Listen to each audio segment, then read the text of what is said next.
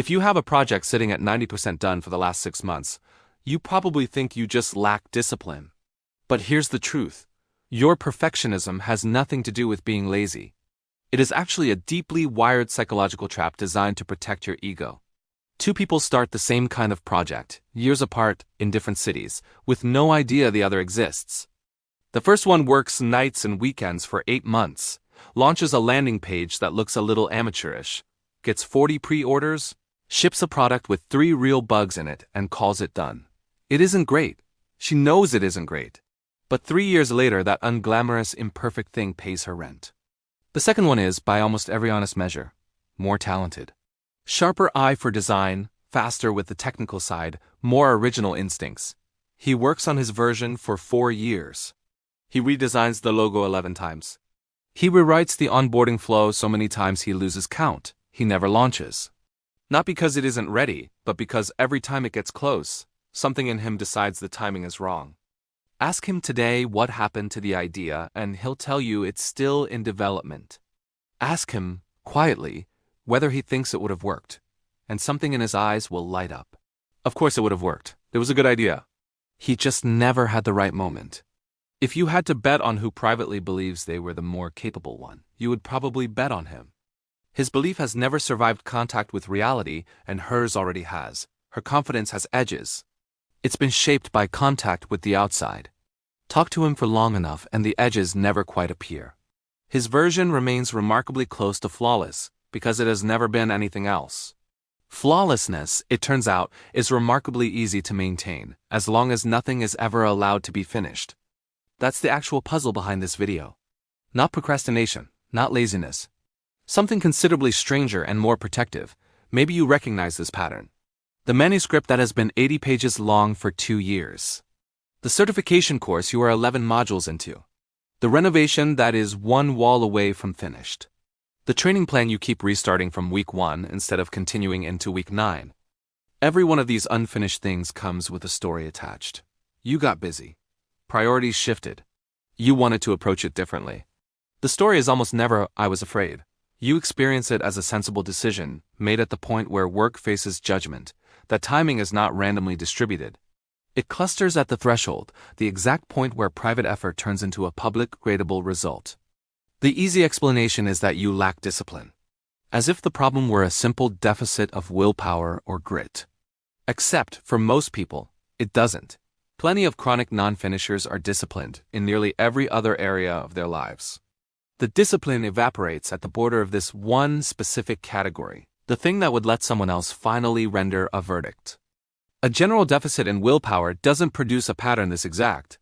Perfectionism here looks like a standard that keeps moving.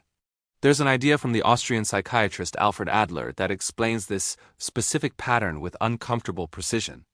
Adler believed every human being carries a feeling of inferiority, simply because everyone starts life small, dependent, and incapable. Out of that, each person constructs a private, unconscious picture of a superior version of themselves. He called this fictional finalism. The trouble begins when a task threatens to test that fiction directly, forcing a comparison between the imagined self and a real outcome. Adler had a name for what people do at exactly that moment. He called it a safeguarding tendency. A safeguarding tendency isn't weakness, and it isn't sabotage in the dramatic sense we usually mean by that word.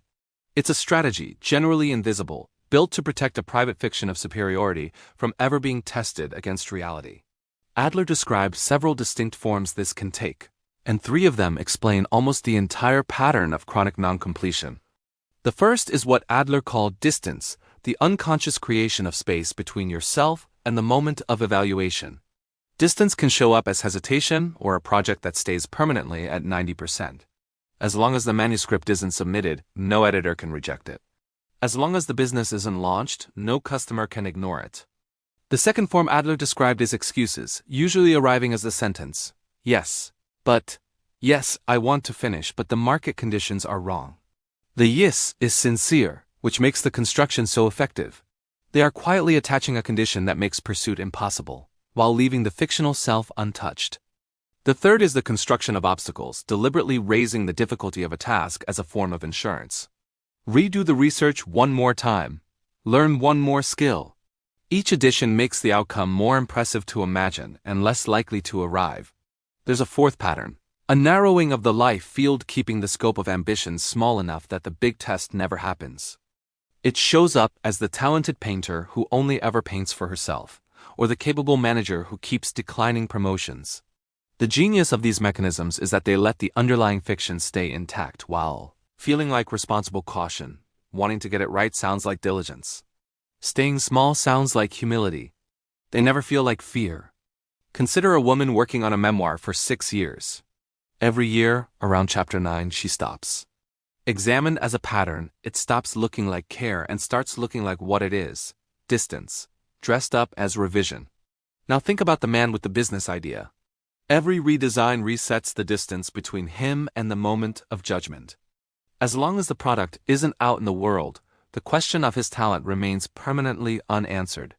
Stop asking, "Why can't I finish things?" Start asking, "What would finishing this force me to find out about myself?" For a competitive athlete, it might be the race that never gets registered for, preserving an unbeaten record. There's a comfortable kind of discomfort in never being tested at all, preserving what could be called an economy of potential. The difference between the people who finish and the people who don't is a willingness to trade a flawless fiction for an imperfect fact. Chronic non-completion comes from an over-idealized image of yourself that you are working full-time to protect. The mechanism isn't protecting you from failure. What it is actually protecting you from is information. An unfinished project can fail in your imagination in acceptable ways, but it can never fail by being not good enough. Here's where the mechanism turns from merely interesting into genuinely costly. Every unfinished project doesn't just fail to produce an outcome. It quietly reinforces the belief that finishing is dangerous, because you have now rehearsed the exact motion of approaching a threshold and pulling back. Adler thought of personality less as a fixed trait and more as a repeated style of life, a pattern of movement toward or away from problems, practiced so many times that it eventually feels less like a behavior and more like an identity. Each abandoned project is one more rehearsal. A decade of rehearsing withdrawal produces someone who withdraws not because they decide to, but because withdrawal has become the default shape their life takes. Adler thought the way out was almost never more willpower aimed at the symptom. He thought the real antidote was something called social interest. A genuine connection to the value of contributing something real to other people, strong enough to outweigh the need to protect an untested self-image. When a person cares more about what a finished thing might do for someone else, the safeguarding tendency loses much of its grip. Defending personal superiority stops being the most important thing. Adler often returned to an idea translated as the courage to be imperfect. It's the courage to let an imperfect, finished thing exist in the world, in place of a flawless idea that only ever existed in your head. This is why external pressure rarely solves the problem. A deadline can force a project out, but it doesn't touch the underlying fiction. The fiction doesn't need every project safeguarded. It just needs somewhere to live. Real change happens when the value of contribution starts to outweigh the image. Take the two people from the beginning. The first succeeded because she had a lower attachment to the fiction and a higher attachment to the outcome.